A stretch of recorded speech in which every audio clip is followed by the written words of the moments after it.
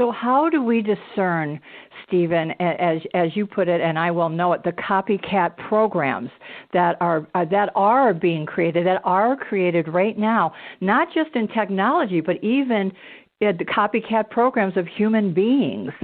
Well, yes, of course. I mean, one of them, I have a whole group of military guys that I've worked with, and that I continue to have an expanding network of these gentlemen who have worked within the corporate world primarily, but also within certain compartmented operations, where they have used ET-looking like robots, what are called alien reproduction vehicles, these things that look like flying saucers that are made at Lockheed Skunk Works, and have used all kinds of advanced technologies to, for example, quote, abduct people and to create the seeds of fear and doubt. And people go, is that really possible? I said, oh, yeah, they've had that ability since at least the 50s.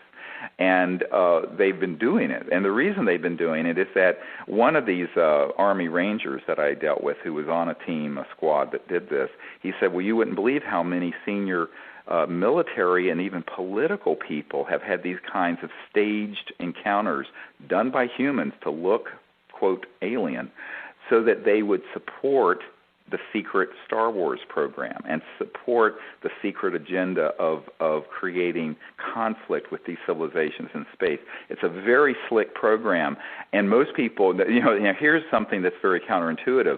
The truth is more bizarre than the fiction being put out there, and so it hides itself. The truth hides itself in terms of how deeply convoluted these ridiculous programs are.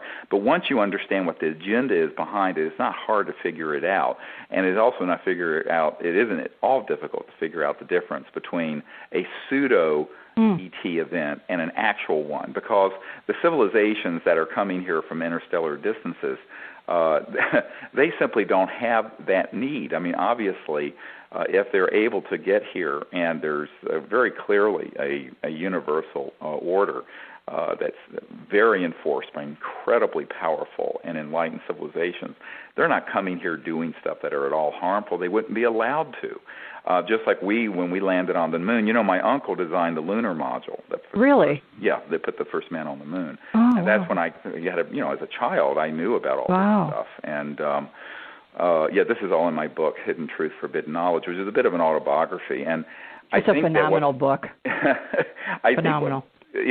I think what a lot of people don't realize is that when we landed there, and Neil Armstrong later said, we were basically shooed away and warned off from going back because the ET craft that were there, they weren't really happy that the space program in the 60s had become part of the Cold War, and we were doing this competitively with the Soviet Union.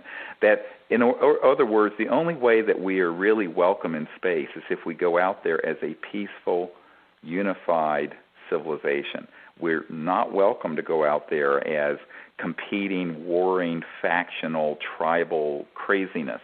And that is enforced universally. That is, and what people need to understand is that there is a certain universal order that really and truly is enforced and has been since time immemorial.